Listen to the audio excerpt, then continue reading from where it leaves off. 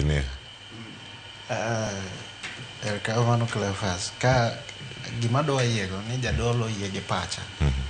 Mana chako kawacho ni structure marwa mar donje broad based government ni nyaka koro wang'iye maber ma wa set the objective. Mangiso ni mano should form the decision marwa mar making the next step. So it is too early for Mbadi and Wandai mar wacho ni jaluo nyaka wasika sika kacha. Then jadolo chako wacho gimoro kacha maber. Ok inya bedo ni in by product mar ng'anyo, but kawuono ichung' ayanga mi wachi ni onge gimomiyo wang'anyo ne.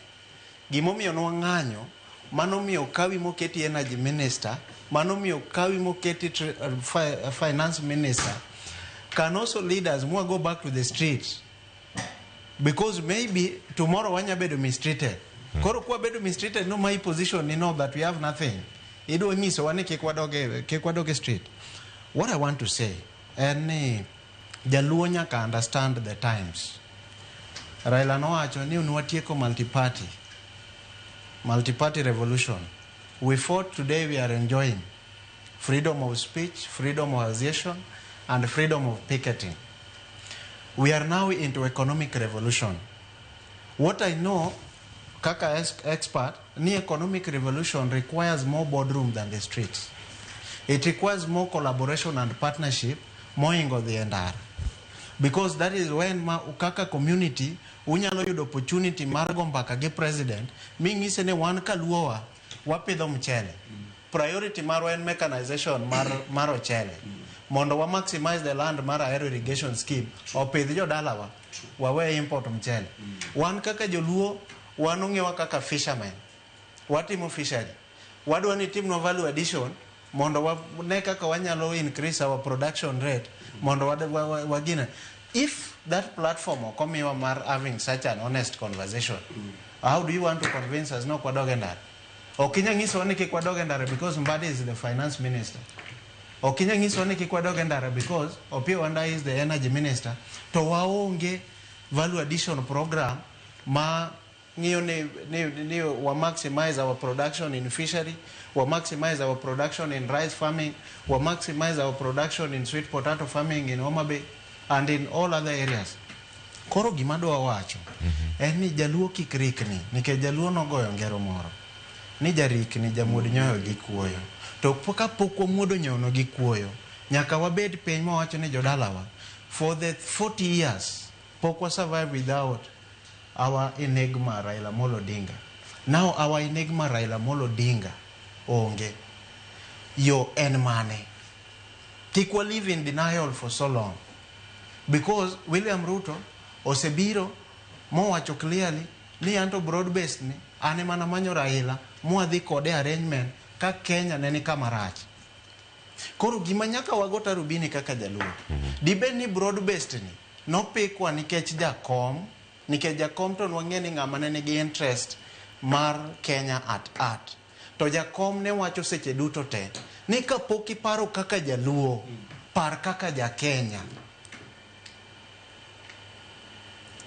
Koro wacho ni ochuno ni serikal ni nyaka wabede nitie gik mang'eny sana ma nyaka wazingatia.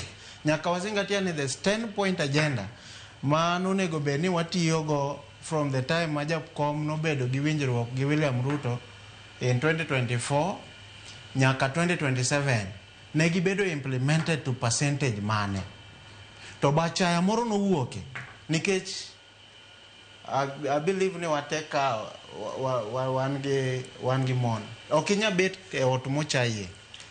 Okinya bet e ot machaya nitie. Kati mi mana mkate pile pile. Lakini okinya bet e ot michamo mkate ti yanyi. Koro nyaka wang'ini odwa ma wantie makoro waluongo ni broad based ni. Achaya no be entie. To ka chaya onge, reason mane momiyo wadhi e street. Nikech ng'amoko chai nyalo bet kodi piny mawinj pachi. Ng'amoko chai nyalo bet kod piny mawinj agenda mari. Koro ka president o demonstrate no respect wa, onyalo winjo wa sama watero program mekwa, wang'ise ne jo kama. Sami ipogo nderni mimiyo jo moko 2 kilometers. Wambe ndosnua more miwa 1 kilometer. Or cover parts of Migori, or cover parts of Homa Bay, or cover parts of our region. Because actually politics in Kenya is local. Mangisone, the interest of the community come first. Emomi one kama wantieri. Koro mano is a constant figure. Gimoda wachoni whether inside or outside. What they need so many factors. Need the agreement manentie between UDA and ODM. Begi bedo implemented. To period makoro waonge our father ni. Be respect moro bedo served at our lowest moment. Ka respect no onge tonganya. Ay, abok kapoka biro jadolo.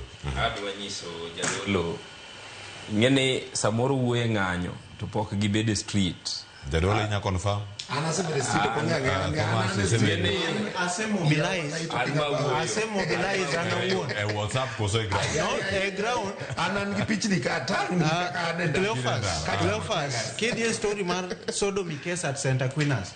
Ibro yudo pichni ga olo. Mangiso mano ng'anyo. Ane mia